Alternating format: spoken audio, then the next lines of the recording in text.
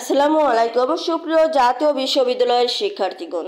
জাতীয় বিশ্ববিদ্যালয়ের মেন ওয়েবসাইটে 2023 সালের অনার্স তৃতীয় বর্ষ পরীক্ষার ফর্ম ফিল আপের নোটিশ প্রকাশ করা হয়েছে।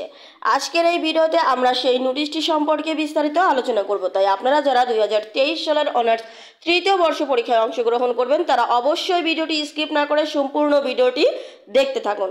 আর হ্যাঁ, অবশ্যই এই ভিডিওটি সবার নিকট শেয়ার করে দিবেন যেন আপনার বন্ধু বান্ধব সবাই বুঝতে পারে যে আপনাদের পরীক্ষার ফর্ম ফিল আপের নোটিশ প্রকাশ করা হয়েছে। সেই সঙ্গে অবশ্যই আমাদের চ্যানেলটিকে সাবস্ক্রাইব করে রাখবেন, কেননা আপনাদের তৃতীয় বর্ষের সকল আপডেট, পরীক্ষা সংক্রান্ত সকল আপডেট কিন্তু আমরা আমাদের এই চ্যানেলে শেয়ার করব। সুতরাং অবশ্যই আমাদের চ্যানেলটিকে সাবস্ক্রাইব করতে ভুলবেন না।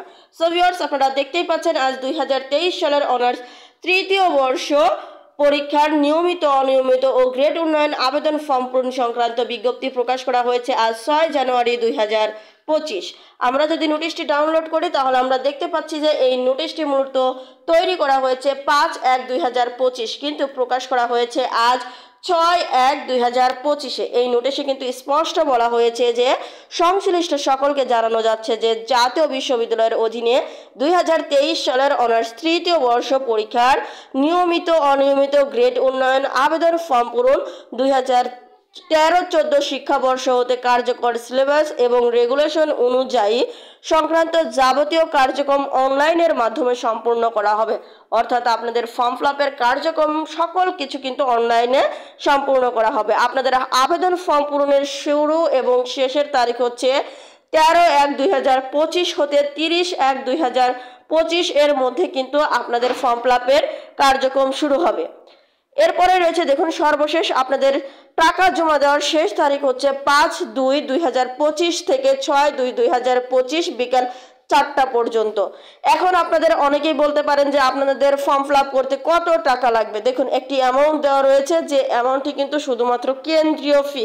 তার মানে কিন্তু আপনাদের কলেজ কর্তৃক কিছু ফি অ্যাড করা হবে এবং সেই কলেজ কর্তৃক কিছু ফি যুক্ত করে আপনাদেরকে কিন্তু কলেজ কর্তৃপক্ষ নোটিশে জানিয়ে দেবে এবং সেই নোটিশ পেলেই তবেই আপনারা বুঝতে পারবেন যে আপনাদের ফর্ম ফিল আপ করতে কত টাকা লাগবে।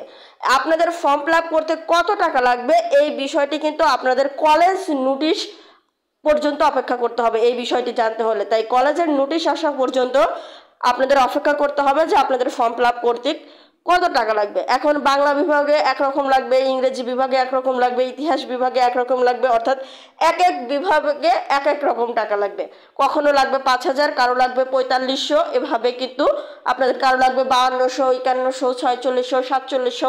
তো প্রত্যেকটা বিভাগে কিন্তু আলাদা আলাদাভাবে অ্যামাউন্ট রয়েছে বা ধার্য করা হবে। কলেজ ভেদেও কিন্তু এই বিষয়টি রয়েছে।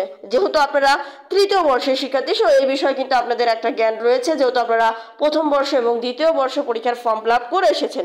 তাহলে আজকের ভিডিওটি এ পর্যন্তই। অবশ্যই আপনাদের পরীক্ষা সংক্রান্ত আপডেট জানতে আমাদের চ্যানেলটিকে সাবস্ক্রাইব করতে ভুলবেন না। ধন্যবাদ সবাইকে।